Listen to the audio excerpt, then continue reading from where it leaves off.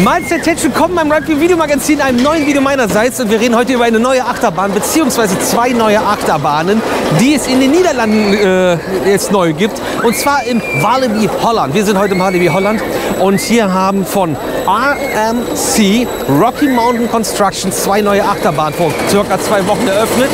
Rocky Mountain Constructions, wie der Name es schon erahnen lässt, ist ein Achterbahnhersteller aus den Rocky Mountains in den USA. Ich verlinke euch hier gerne ein Video. Die haben wir auch vor Ort im Werk besucht und zeigen euch, wie so eine Achterbahn überhaupt gebaut wird, wo das Ganze da stattfindet, wie das Ganze funktioniert. Und die neue Achterbahn hier im Walibi Holland, und die beiden neuen Achterbahnen heißen Joy. Das klingt jetzt erstmal ein bisschen komisch, aber ist so, nein. Aber es ist ja, zwei große neue Achterbahnen mit einer Länge von 655 Metern, die jeweils eine der beiden Bahnen hat, und eine Höhe von 29 Metern. Also quasi erstmal ja, eine Standardhöhe, ein bisschen kürzer als die Bahn einem vorkommt, was am Ende vielleicht kein gutes Zeichen ist. Wir haben eine Höchstgeschwindigkeit von 82 bzw. 80 km/h bei den Bahnen. Und der große Unterschied ist, dass es bei der einen Anlage 6 Inversionen gibt und bei der anderen gar keine. Und das Thema ist hier so ein bisschen eine Mischung, also Natur, also die Thematisierung ist Natur und organische Objekte, und es sind Natur repräsentiert durch Grün und Wasser repräsentiert durch Blau. Die beiden Themen, die eine Symbiose ergeben bei Joy. Und ja, der Name ist schon Programm, aber Walibi Holland ist halt auch irgendwie crazy. Aber es ist, ich weiß nicht, ob noch was passiert, ob noch mehr kommt, aber thematisierungsmäßig ist das Ganze hier sehr mau. Das vielleicht direkt vorneweg. Ja, es ist jetzt alles hier bepflanzt, es wird begrünt, es muss erst mal wachsen. Geschenkt. Aber dann ist es das auch. Dann ist das Thema Wasser unserer Meinung nach jetzt nicht genug aufgegriffen. Wenn ich zum Beispiel gerade auf Express zulaufe, die Bahn steht komplett über Wasser. Und kleiner Funfact vielleicht für alle, die den Kanal jetzt neu entdeckt haben: Express ist quasi wie der Rock'n'Roller Coaster aus dem Disneyland, beziehungsweise gibt es das Ganze heute als Ironman. Das ist ja so eine Indoor-Achterbahn mit Inversion über Kopfelementen. Hier könnt ihr euch also quasi mal angucken, wie die Achterbahn da drin aussieht. Aber wir wollen heute über Joy sprechen hier im Walibi Holland. Und ja, die Station ist auch sehr karg. Man hat Wellblechdach. Das ist zwar grün und blau gestrichen und da hängen ein paar hübsche Lämpchen runter, aber das ist auch sehr überschaubar. Ins Stationsgebäude kommt man übrigens über mehrere Treppen. Beziehungsweise ist das Ganze barrierefrei und jede Seite hat auch einen Lift. Seiten ist auch das Thema bei Joy. Es gibt nämlich 2 verschiedene Bahnen. Einmal gibt es Thrill, und das Ganze hat hier auch einen eigenen Eingang. Und das ist logischerweise, wenn es der Thrill-Eingang ist, die Bahn mit den 6 Überkopfelementen. Ein Stück weiter gibt es aber auch Chill. Und das ist die entspannte Variante ohne Überkopfelemente. 2 verschiedene Achterbahnen. In der Mitte gibt es den Eingang für Single Rider bzw. für den Fast Track. Single Rider macht jetzt aber nicht so viel Sinn bei dieser Bahn, denn das ist ein Single Rail Coaster, beziehungsweise sind es 2 Single Rail Coaster. Und man sitzt alleine hintereinander, und deswegen verstehe ich nicht, warum man Single Rail anbietet. Scheint aber der eine oder andere zu nutzen oder auch wieder nicht, weil teilweise trotzdem Sitze leer bleiben. Und Single Rail Coaster ja, gibt es in Europa schon in Walibi Rhône-Alpes, den haben wir schon gezeigt, und zwar Mahuka, das Video verlinke ich euch hier auch, vom Hersteller Intamin. Und RMC haben die Dinger in den USA schon ewig am Start. Und um euch vorzustellen, wie ihr drin sitzt, das ist jetzt mal so ein Wagen von einem Single Rail Coaster, und ihr habt davon mehrere hintereinander. Sitzt dann da drin, der Bügel wird geschlossen und ihr habt quasi ein Over-the-Shoulder Lap Bar, habt ihr aber noch mal so Straps drin. Ab hier ist übrigens dann auch schon grün, das könnt ihr hier am Testsitz euch einmal dann vorher angucken, wenn ihr euch unsicher seid. Und die Bügel, das ist jetzt ja nur ein Testsitz, haben hier dann so einen Zahn, und dann ist eine Zahnstange. Und dann das Spannende dabei ist übrigens, das ist eine Moving Station. Das bedeutet, der Zug hält erst gar nicht an, sondern fährt die ganze Zeit durch. Ihr steigt aus, beziehungsweise, also wenn ihr einsteigt, steigen die anderen gerade noch aus, und das nacheinander. Man wird auch vorher eingeteilt und abgezählt, ganze Gepäck, alles lose kommt in Schließfächer auf einer Seite. Die sind dann auf der anderen Seite am Ausgang dann auch wieder offen, wenn ihr zurückkommt. Und es gibt dann 2 Lanes, die quasi vorbereitet werden pro Seite, wo ihr dann eingeteilt seid mit den, wie viel sind es eigentlich? Sind es 8 Leute? Ja, ne? Man ist doch zu 8 dahin oder 7. Ja, habe ich mich sehr gut vorbereitet. Und ja, dann ist es wirklich eine sehr schnelle Operation und es geht die ganze Zeit auch echt gut durch und gut voran. Und ich würde auch jetzt durchs Beet laufen, statt außen rum zu laufen. Das macht viel, viel mehr Sinn.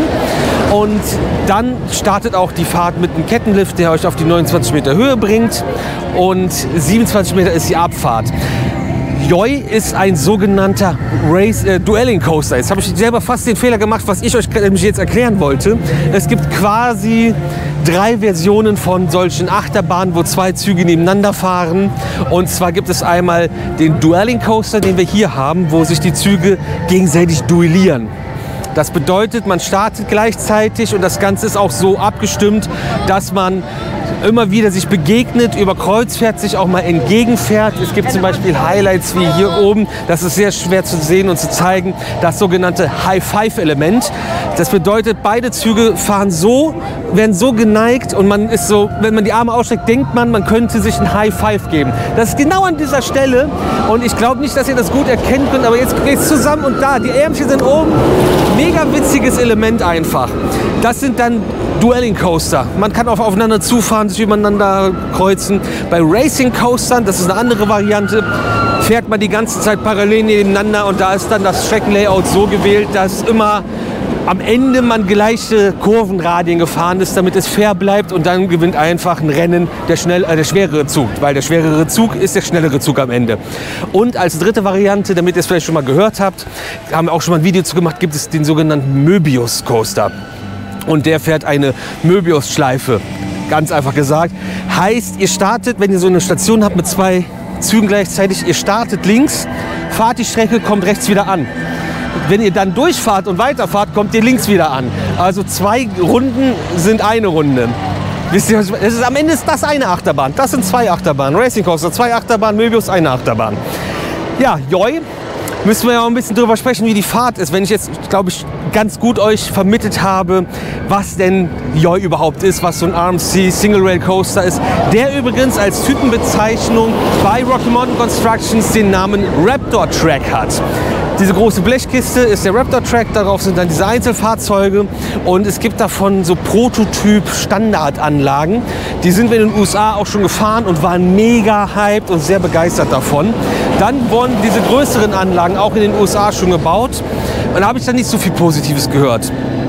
Das Walibi Holland hat sich vor einigen Jahren, ich glaube 2006 war es, für Untamed entschieden. Man hat die Holzachterbahn Robin Hood umgebaut in Untamed und das ist so ein, ja, das Steckenpferd von AMC gewesen, dass die alte bestehende Holzachterbahn umbauen zu Hybridachterbahnen mit total verrückten Layouts und Streckenführungen und krassen Kräften. Yoi ist der Raptor Track in groß und ja, die Bahn ist leider Gottes sehr nichtssagend. Und sehr nichtssagend ist bei einer Achterbahn schlecht. Wir sind erst Thrill gefahren in der Front Row. Das sollte natürlich erstmal ballern. Hat es aber irgendwie nicht. Es hat nicht Zoom gemacht. Es war nicht so, boah, krass. Wir sind da alle eher so, okay, rausgegangen. Ey, wir müssen auf jeden Fall noch mal hinten fahren. Dann sind wir aber erstmal, um auch den Count zu haben natürlich und den Vergleich, chill gefahren. Viel intensivere Bahn. Und obwohl nicht über... Oh, wir gehen einen kleinen Bogen. Für den einen oder anderen war das hier doch zu intensiv. Der war wahrscheinlich auch vorher beim Sugar Shot. Himmel, Herrgott, das ist nicht das erste XXL-Bäuerchen, was wir heute hier sehen. Und wir sind dann später nochmal die Thrill-Seite hinten gefahren. Und jetzt ist mir, wenn ich die Aufnahmen gemacht habe von der Bahn, die ihr zwischendurch auch gerade gesehen habt, aufgefallen, dass wir nach der Fahrt nicht drüber gesprochen haben. Das ist sehr bezeichnend und auch nicht gut. Und ja, weiß ich nicht. Das ist, finde ich, sehr schade, Ich habe auf jeden Fall mehr erwartet. Ich glaube, viele andere haben auch mehr erwartet, weil, wie gesagt, die Anlage läuft jetzt 2 Wochen und wir haben so gar nichts von außerhalb mitbekommen, von anderen Leuten mitbekommen. Und die Fahreigenschaften sind auch nicht so gut. Und da ist auch so wieder der Hype bei den AMC iBox-Track Achterbahnen wie Untamed, dass die Fahreigenschaften absurd gut sind. Du fährst aber auch in Zügen, die mit so gigantischen Federpaketen unterwegs sind. Und auf Holz, was ein bisschen nachgiebiger ist, das ist halt eine reine Stahlachterbahn. Und irgendwie fehlt da was. Ich weiß nicht, ob die Verantwortlichen vorher nicht die großen Anlagen mal getestet haben, weil, wie gesagt, habe ich öfter gehört, dass die gar nicht so geil sein sollen. Weil ich gebe euch Brief und Siegel, jeder, der sagt, ich würde mir so ein kompaktes Standard-Layout holen, so eine kleine Bahn, würde ich sofort sagen, macht das bitte auf jeden Fall. Das lohnt sich, das ist es wert.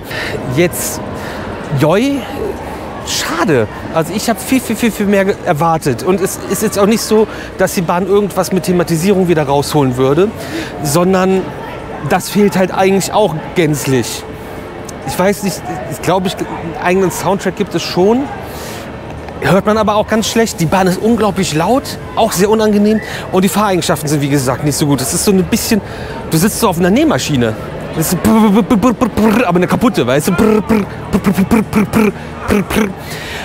Ich habe Untamed öfter erwähnt und die AMC-Bahn hier, das hier ist ein Teil von Untamed quasi. Man hat nämlich übergebliebenes Holz, was man abgetragen hat, bei dem Umbau genommen und hat dann hier quasi einen Eingang geschaffen zu dieser neuen Area mit Joi und diesem Natur- und Wasserthema. Ich finde das Thema cool. Ich finde die Themen, die Walibi Holland aufgreift, allgemein ziemlich cool. Goliath hat da oben irgendwie Blitzer, die die ganze Zeit flackern. Hier sind Leitplanken, da ist dann Looping auf einmal drin, ein riesiger Magnet, wo Sachen angezogen werden, Lost Gravity. Also ein toller Park, ein Thrill-Park. Wenn ihr jetzt eine Familie mit kleinen Kindern seid, dafür gibt es zwar ein Angebot. Ich würde sagen, das ist aber nicht euer Park. Wenn ihr krasse, große, verrückte, viele Achterbahnen fahren wollt und ab und zu mal ein Karussell, was ein bisschen verrückte ist, kommt auf jeden Fall hier hin. Und bitte checkt Joi selber einmal aus. Checkt beide Seiten aus und sagt uns vielleicht, wie ihr das findet. Vielleicht haben wir auch gerade irgendwie einen anderen falschen Blick auf das Ganze. Aber uns hat Joi leider nicht komplett abgeholt. Es ist keine schlechte Achterbahn. Ich sage nicht, dass es keinen Spaß macht, aber es fehlt irgendwie so das gewisse Etwas und das Besondere, was ich erwarte bei einem Single Rail Coaster von AMC im Walibi Holland.